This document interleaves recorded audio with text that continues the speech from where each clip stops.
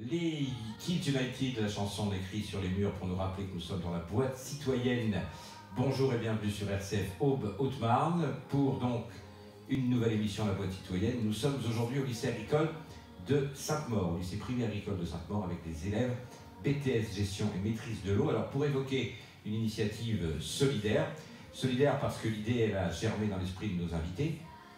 Donc je l'ai dit, étudiants en BTS Gestion et Maîtrise de l'eau au lycée agricole de Sainte-Maure. Établissement qui nous accueille aujourd'hui et nous en remercions Monsieur Bach, le directeur. Une idée qui va se concrétiser au profit de l'UNICEF. C'est la raison pour laquelle, outre les étudiants que je salue, Rémi Lorset, bonjour Rémi. Bonjour. Lucas Wolfer, bonjour Lucas. Bonjour. Et Thomas Patour, bonjour Thomas. Bonjour. Bien évidemment, vous êtes les pilotes de ce projet et le bénéficiaire, si j'ose dire, Romain Siaba-Oulé, qui est le président de l'UNICEF Champagne-Ardenne. Bonjour Romain. Bonjour Rémi.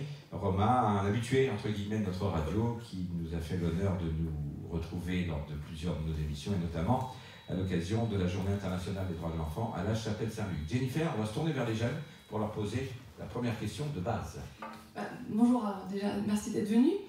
J'aimerais savoir en fait déjà quel est le diplôme que vous préparez. Je crois que c'est le BTS Gestion et Maîtrise de l'eau. Donc si vous pouvez nous le présenter un petit peu plus clairement pour les gens qui ne connaissent pas, et puis aussi parler un petit peu plus généralement de votre lycée. Voilà. Donc le BTS Gestion et Maîtrise de l'eau, c'est en rapport avec l'assainissement, qu'il soit collectif ou non collectif, les réseaux d'eau potable aussi, pour l'entretien des réseaux potables, la distribution aussi, et parce que c'est important d'entretenir cela pour que les personnes puissent avoir de l'eau facilement. Et ensuite, on a aussi tout ce qui est un aspect rivière pour nettoyer les rivières, entretien des berges pour l'écosystème. Est-ce que vous avez un mot à ajouter sur votre lycée par exemple? Pas spécialement. Vous êtes combien à peu près en BTS Gestion Maîtrise de l'eau? Alors, si on compte les deux promotions, on est environ une trentaine. Alors Jennifer, présentation avec vous, avec les jeunes. L'occasion aussi, chez le président de l'UNICEF Champagne-Ardenne, Romain, Oui. de nous représenter l'UNICEF en général, et puis après on verra comment les deux sont liés à travers ce projet. Exactement. L'UNICEF est international déjà. On intervient dans plusieurs pays dans le monde pour tout ce qui est action en faveur des enfants et par ricochet des familles. L'UNICEF en France, c'est la collecte et la sensibilisation. La sensibilisation, c'est influer sur tout ce qui est décision des acteurs politiques pour qu'ils prennent en compte en compte tout ce qui concerne les enfants dans leurs différentes actions qu'ils mettent en place ou dans les différentes décisions qu'ils prennent. UNICEF Champagne-Ardenne, c'est aussi un peu pareil. On essaye de se mettre un peu en rapport avec tous les acteurs de la société civile, donc ce qui nous a rapprochés de RCF et d'autres partenaires, pour faire la promotion de l'enfance et pour mettre en avant tout ce qui est le bien-être de l'enfant. Là, on a pas mal de projets. Tout à l'heure, j'en dirai un petit mot. Donc, c'est un peu ce qui nous amène à nous rapprocher de ces étudiants pour soutenir en gros ce projet. Alors les étudiants, je me retourne vers vous et Jennifer me coupe la parole si elle a une question, elle n'hésite pas à intervenir. Selon la règle journalistique, entre guillemets, du qui, du quoi, du où, du comment et du pourquoi l'UNICEF, l'un ou l'autre, vous avez la parole, vous avez 3 heures, comme à l'épreuve. Très bien, merci beaucoup. Alors pourquoi UNICEF pour ce projet? Tout d'abord, comme l'a précisé Romain, UNICEF c'est une association qui agit dans les pays en développement dans le monde, donc ceux qui en ont le plus besoin, dans leur cadre de vie en général, et notamment dans le domaine de l'eau. Donc c'est en partie pour ça qu'on a choisi UNICEF. Après on s'est rendu compte au fil du temps qu'il y avait plusieurs raisons aussi qui nous liaient à UNICEF pour ce projet. Donc je vais laisser Thomas parler. Allez, en duo avec Thomas. Le projet, Thomas. Le projet de... en fait, il faut savoir que... excusez-moi. Que j'ai pu partir à Madagascar parce que par le biais de mon BTS, parce qu'en fait on a un stage à faire et je suis parti pendant 1 mois là-bas et puis j'ai pu voir en fait la pauvreté là-bas directement, le manque d'eau potable parce qu'ils n'ont pas de station de traitement, ils n'ont pas de station d'épuration, ils n'ont pas de château d'eau, ils n'ont rien, en fait ils n'ont rien, ils sont alimentés par en fait une seule fontaine en fait, ils vivent à l'équivalent de 20 litres par jour, alors que nous vivons à l'équivalent de 100 à 200 litres par jour. C'est complètement aberrant. Alors, pour sensibiliser donc à cette cause, vous avez décidé, c'est venu comment cette idée là vous allez nous expliquer en quoi consiste le projet, mais c'est venu comment là? On fait quelque chose autour de l'action sociale, de l'action culturelle, de l'action sportive en l'occurrence. Lucas. Faut savoir que chaque année, nos promotions, elles ont des thèmes, des sujets, et cette année, le thème de notre promotion, c'est la solidarité.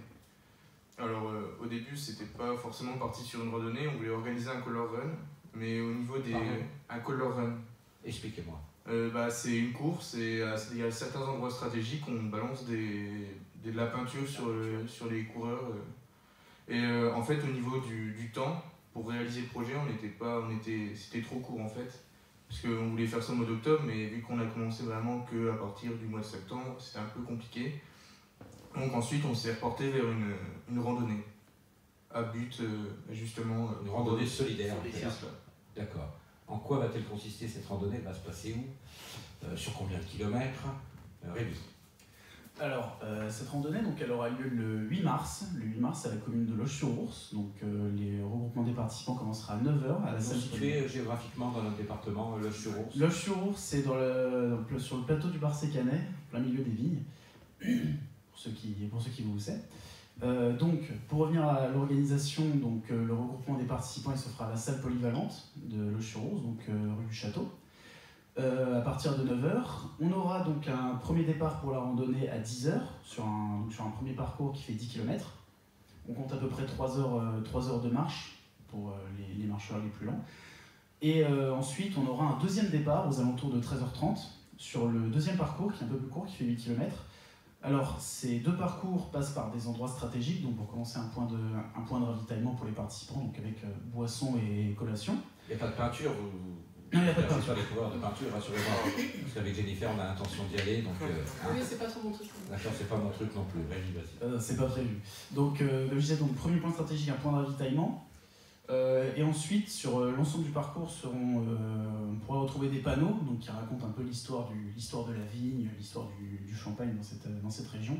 Et également plusieurs monuments qui ont leur petit secret d'histoire. Et des repères, Romain, ou les jeunes sur le long du parcours, sur l'UNICEF, panneaux d'information au moment de l'accueil, à la salle des fêtes? Bien sûr, il y aura déjà un panneau expliquant toutes les actions de l'UNICEF au pôle d'accueil, c'est-à-dire à la salle des fêtes, et aussi on mettra des petites pancartes pour faire des rappels sur tout le parcours. Voilà. Vous êtes sportifs, vous-même, tous les trois, là? Très peu. Très peu. Oui, je suis sportif. Oui. D'accord. Quel sport? J'ai fait du BMX et maintenant je fais du fitness. Vous faites du fitness dans une salle que j'ai pas le droit de situer, mais qui doit se situer vers Barberet. Vous faites du golf, vous m'avez dit Rémi en off tout à l'heure. Oui, je fais du golf. J'ai fait du golf pendant 15 ans. Bon, à un certain niveau, mais aujourd'hui, je peux plus vraiment pratiquer à cause de ma situation géographique. Lucas, sportif? Moi, j'ai commencé très jeune par le foot, forcément, et maintenant, je suis plus vers le vélo, aussi bien route que VTT. Alors, vous êtes trois là, mais vos camarades, vos amis du lycée de Sainte-Maure seront avec vous dans l'organisation ce jour-là? Rémi? Au niveau organisation, donc on est 4 à la base pour le projet, donc il nous manque un camarade aujourd'hui. On peut le citer là. On le salue au passage, il s'appelle Benoît. Très bien. Benoît. Au niveau organisation, en fait, nos camarades de Sainte-Maure, au niveau de notre BTS Gestion Maîtrise de l'eau, tous nos camarades ont aussi leur projet organisé de leur côté. Et pour l'instant, ils n'ont pas été présents au niveau organisation, mais on espère que le jour J, ils pourront nous accompagner en tant que bénévoles. Alors justement, ça me fait rebondir sur votre BTS, Gestion Maîtrise de l'eau. On sait qu'en Occident, il y a un problème, on va dire, de surconsommation de l'eau potable. On est habitué, nous, à un grand confort par rapport à ces populations justement d'Afrique. Romain sera d'accord avec moi.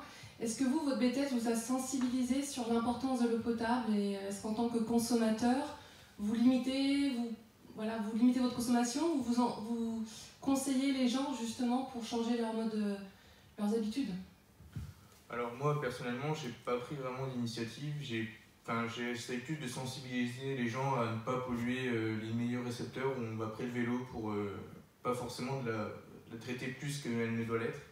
et permettre aussi par exemple les rivières pour éviter qu'elles polluent aussi bien les nappes phréatiques que les océans qui sont importants pour notre écosystème. Vous êtes plus sur la protection des cours d'eau, quoi. Oui, c'est cela. Voilà. Et vous, est-ce que vous avez quelque chose à ajouter?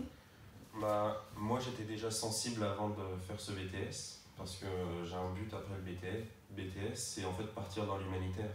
Et j'ai pu voir par le biais de mes stages, différents stages, en fait, qu'il s'avère que mes suppositions étaient fondées et que en fait, nous, en Occident, en fait, on est, au niveau de l'eau, on est fort bien alimenté, alors que dans les pays en développement, c'est pas du tout le cas. Et donc en ce qui me concerne, au niveau sensibilité, moi-même j'essaye de consommer bien sûr le moins d'eau possible au quotidien, mais en dehors de ça, grâce à mon BTS, on a pu mener plusieurs actions, aussi bien en groupe qu'individuellement. En termes individuels, moi j'ai pu mener plusieurs stages qui m'ont mené par exemple à la station d'épuration de Barberet et également au SDDEA de Troyes, donc basé à Saint-Thibault. Tout ça, ça m'a permis de voir vraiment tout ce qu'on pourrait appeler la face cachée de l'eau, parce que c'est quelque chose que les consommateurs ne connaissent pas vraiment en fait. Ils savent juste qu'un château d'eau c'est fait pour stocker de l'eau et que si on tire de l'eau du robinet, bah, ça sort. Mais il y a toute une technique derrière, tout un parcours qui demande une grande attention, une grande minutie, et c'est tout ce côté-là que le consommateur ne voit pas, et moi ça m'a permis de comprendre comment ça fonctionnait. Merci pour ces explications. On va faire une pause musicale, on va respirer. On parle de l'eau. Donc on va lancer Véronique Sanson, rien que de l'eau. Rien que de l'eau, Véronique Sanson, ça tombe bien, puisque le projet des élèves BTS Gestion et Maîtrise de l'eau du lycée privé agricole de Sainte-Maure qui nous accueille aujourd'hui, bien ils ont le cœur de leur projet, c'est permettre donc aux populations d'Afrique, et notamment Madagascar, de se fournir, Romain, vous me corrigez si je dis des bêtises, en eau. L'UNICEF, justement, son président, toujours à mes côtés, Rémi, Thomas et Lucas et Jennifer qui m'accompagnent dans cette émission. Romain, comment vous recevez-vous cette initiative des jeunes du lycée de Sainte-Maure? Bah, moi, quand ils m'ont appelé, j'étais déjà pas stupéfait. Je veux dire, j'étais heureux de savoir qu'il y a des jeunes qui pensent à l'engagement, au soutien en gros. Et quand on s'est rencontrés, ils m'ont parlé de leur projet, c'était une ronde solidaire qui se déroulait le 8 mars. Ils m'ont dit qu'ils étaient en BTS en eau. Je leur ai dit, bah, ça tombe bien, parce que nous, chaque année de mars, on a un projet national qu'on organise avec la Fédération française de natation, qui est la nuit de l'eau. Et par ricochet, je leur dis que cette année, on est aussi présent dans l'Aube. On est à Romilly et on s'est reçu à la chapelle Saint-Luc autour des piscines.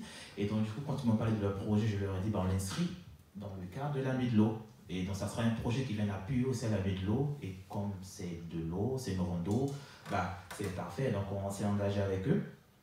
Donc, c'est un projet qui viendra à l'appui à la nuit de l'eau, sachant que la nuit de l'eau, tout ce qui est récolté en fait par à Madagascar pour aider la population de Madagascar à avoir accès à l'eau potable. Et donc, ce qui sera récolté aussi pour cette rando ira à Madagascar pour aider la population de Madagascar à l'accès à l'eau. Voilà, donc c'est un peu pour ça que l'UNICEF, on s'engage avec eux. Alors, c'est quand la nuit de l'eau, c'est où? Alors on se met tous en maillot de bain et on nage avec la lune, la piscine des Chartreux, oui. La nuit de l'eau au plan national, c'est le 28 mars. Par contre, la ville de la Chapelle, ils vont le faire le 27 pour nous laisser aussi le temps d'aller dans d'autres piscines. Donc le 27 mars, ça sera à l'Aqualuc, à la Chapelle Saint-Luc. L'après-midi, les gens ils viennent, ils vont dans l'eau, ils nagent et puis voilà. Et il y aura des baptêmes de plongée, donc du coup, moyennant quelque chose, bien sûr. Et ces dons là-bas iront directement à Madagascar aussi pour soutenir le programme de l'eau potable là-bas. Et le 28 mars, rapidement, on sera à Romilly, à la piscine des Trois Vagues, avec une grosse animation autour de la piscine avec pas mal d'invités au bois qui seront présents pour une grosse animation avec des artistes, avec plein de trucs.